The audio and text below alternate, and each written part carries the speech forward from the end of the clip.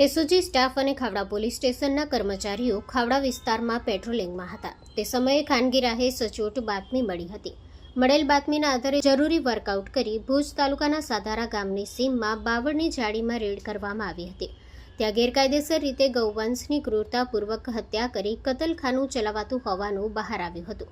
આ મામલે આરોપી વિરુદ્ધ ખાવડા પોલીસ સ્ટેશનમાં ગુજરાત પશુ સંરક્ષણ સુધારા અધિનિયમ 2017 તથા બીએનએસની એક્ટ મુજબ ગુનો નોંધી કાયદેસરની કાર્યવાહી કરવામાં આવી છે. પકડાયેલ આરોપીનું નામ મલુક મામદ જુણેજા, ઉંમર વર્ષ 63, રહેવાસી સાધારા, તાલુકો ભુજ, કચ્છ.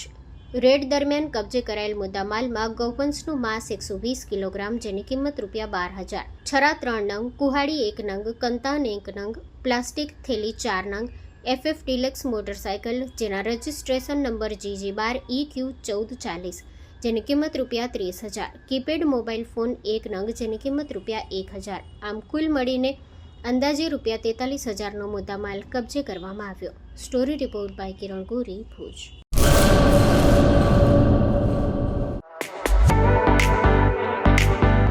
ધર્મસુત સુઝુકી,